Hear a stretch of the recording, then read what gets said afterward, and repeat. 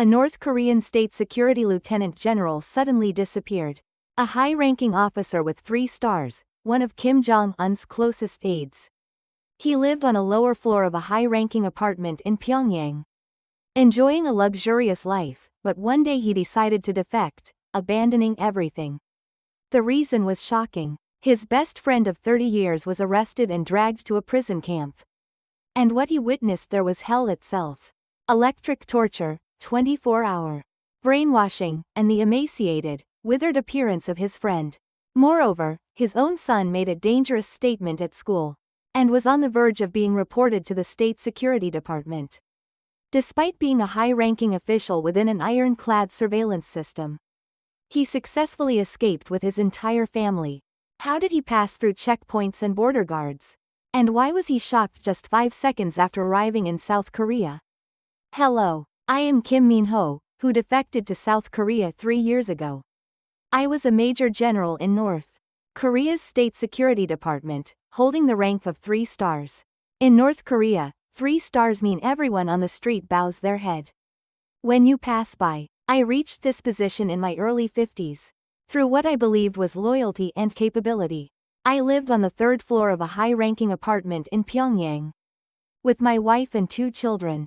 When I came to South Korea, I learned that middle floors are preferred here. But in Pyongyang, lower floors in high-rise apartments are only accessible to Kim Jong-un's inner circle because elevators don't work or electricity cuts out frequently. My life appeared enviable from the outside.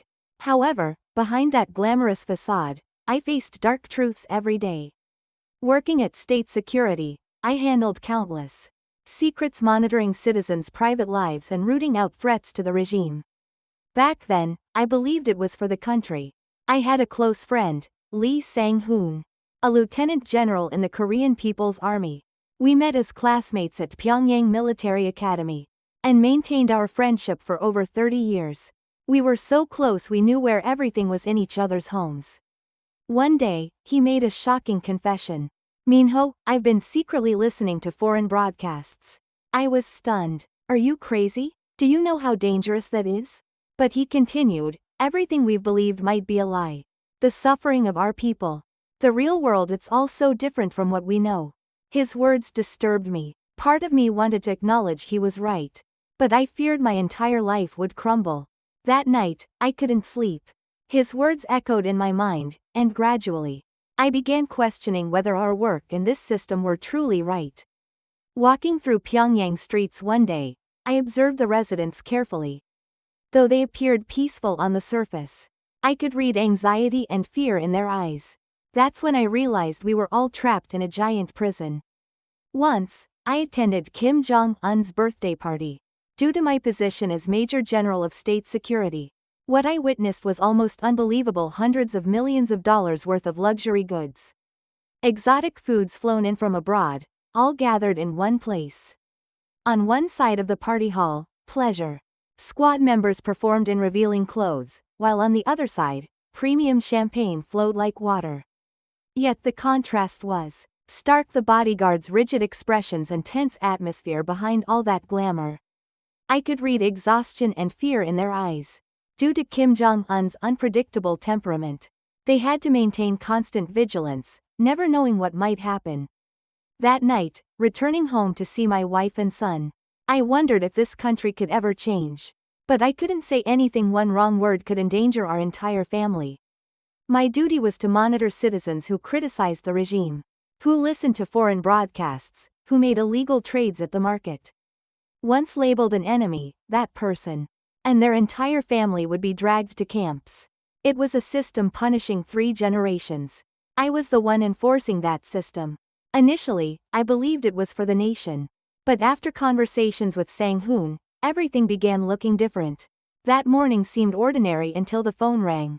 It was Sang-hoon's wife, her voice trembling violently. Comrade Min-ho, Sang-hoon.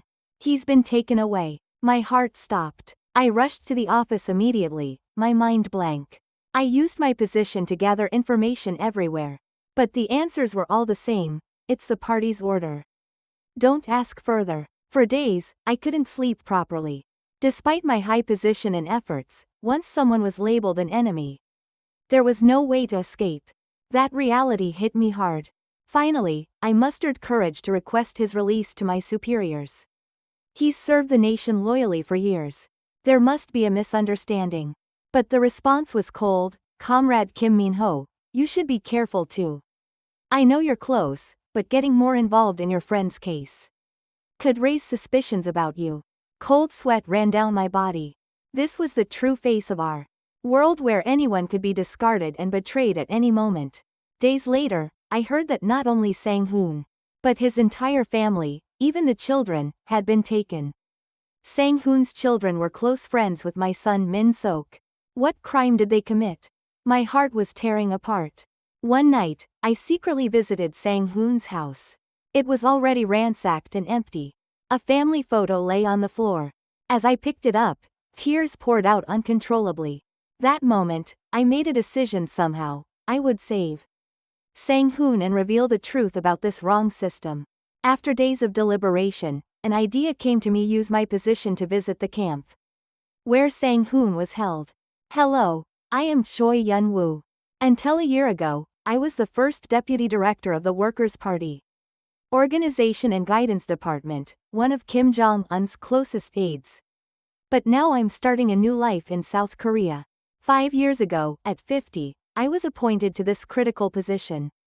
I was genuinely happy then, believing my loyalty to the party had been recognized. But that was an illusion. After reaching this high position, I never slept properly because I witnessed the regime's reality up close. What still grinds my teeth is the extravagant lifestyle of Kim Jong-un's family. Once, I attended Kim Jong-un's birthday party. The spectacle was unbelievable: hundreds of millions of dollars in luxury goods, exotic foods from overseas, all in one place. Then one day, I heard rumors about Kim Joo-ae being obsessed with South Korean idol culture. I didn't believe it at first. But when Kim Joo-ae appeared at a public event to greet military officials, I couldn't believe my eyes. Kim Joo-ae wore see-through clothing instead of traditional North Korean dress, with her hair styled in curls like a South Korean idol. High-ranking officials began criticizing quietly. What kind of appearance is that? Can we really entrust our future to her? But what was more shocking came next: an internal announcement that Kim Jong-un had designated Kim Joo-ae as his successor.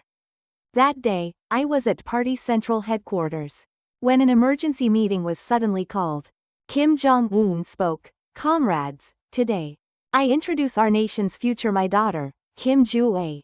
She will lead North Korea. We'll make it official in 1 year. I couldn't believe my ears. A chubby-faced, immature-looking girl as our successor?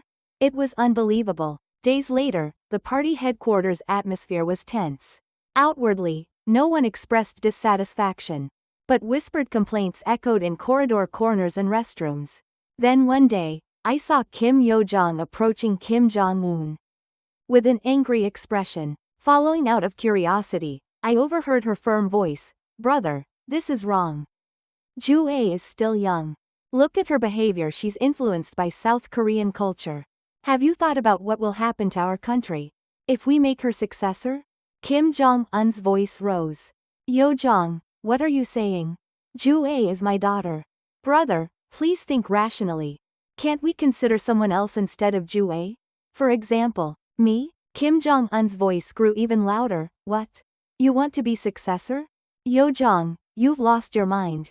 Then I heard thuds, like someone being hit, followed by Kim Yo-jong's sobbing voice: "Brother, I was wrong. Please forgive me." Days later, a party officials' meeting was held.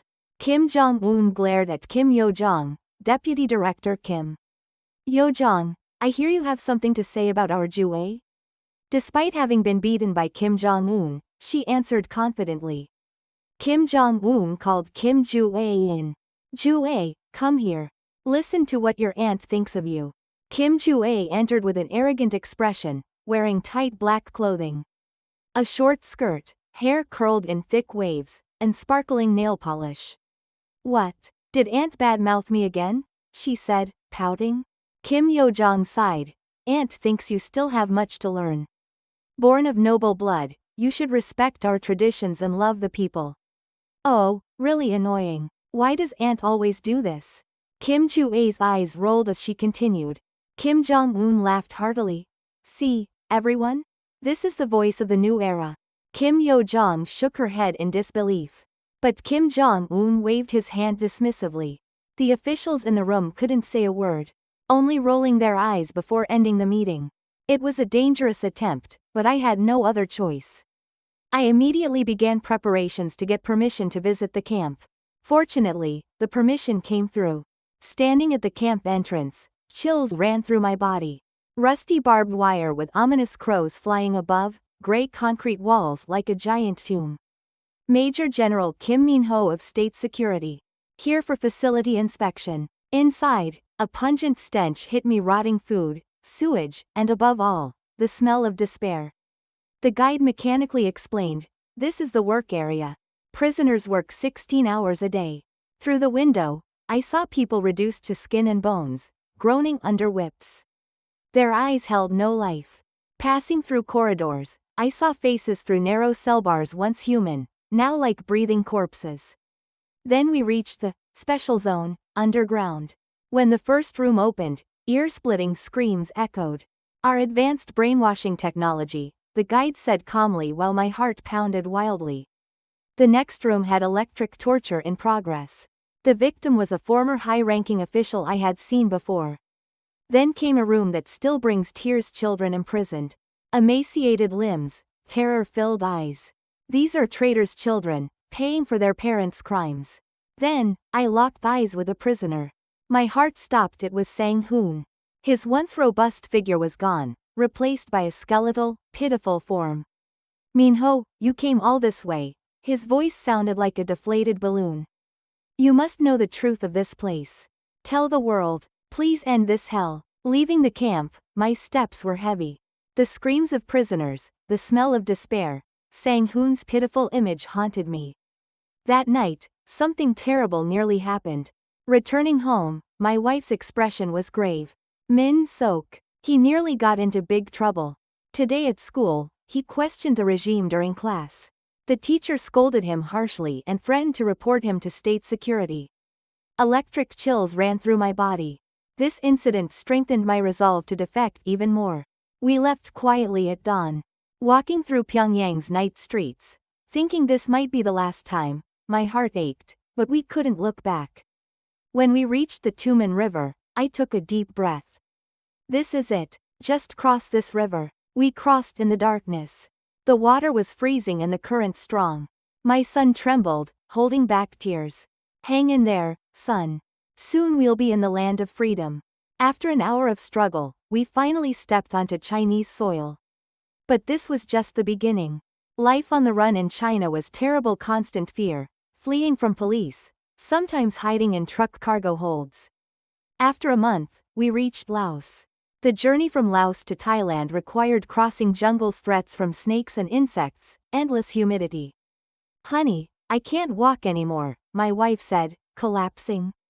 I carried her on my back while holding our son's hand.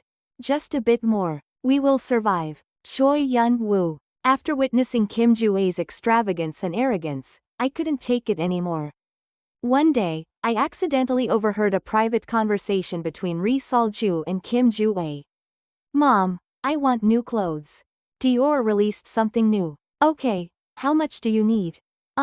About $3,000? I couldn't believe my ears. Then I overheard bodyguards discussing Kim Jong-un's hidden sons with intellectual disabilities. The eldest son can't even speak properly. Yesterday, someone had to help him use the bathroom. Returning home, I looked at my wife and son and made up my mind. "Honey, we can't live like this. There's no future. Let's go." Tumen River crossing. When we finally arrived at Incheon Airport, I knelt and kissed Korean soil. "We really made it," my wife said through tears. Our son smiled brightly for the first time. We underwent NIS investigations. I revealed everything honestly: Sang-hoon's story, the horrific camp conditions, electric torture, brainwashing facilities, even children imprisoned. "Mr. Kim, you've been through tremendous hardship. Your testimony about the camps is critically important." Choi Yun-woo also testified about Kim Ju-ae's true nature, the power struggle with Kim Yo-jong, Kim Jong-un's son with intellectual disabilities, and the extravagance and corruption of North Korea's elite. With government assistance, we received settlement education and temporary housing. At Hanawan, we learned about democracy, market economy, law, and culture. Everything was new. The children started school. Min Sok's eyes sparkled in classrooms where he could freely ask questions and debate. Though initially hesitant due to North Korean habits, he gradually gained confidence. We worked hard to find new jobs. Overcoming language barriers and cultural differences wasn't easy, but with warm help from people around us, we gradually adapted. Now we work with defector organizations revealing North Korea's truth. Kim Min-ho testifies about camp conditions, while Choi Yun-woo warns about the dangers of Kim Ju-ae's succession system. Life in South Korea is still unfamiliar at times. But just being able to think and speak freely is enough to be grateful for. Our defection journey has ended, but our true journey has just begun toward freedom, human rights, and peaceful reunification. Someday, I hope all our colleagues remaining in the North can experience this freedom too. Thank you.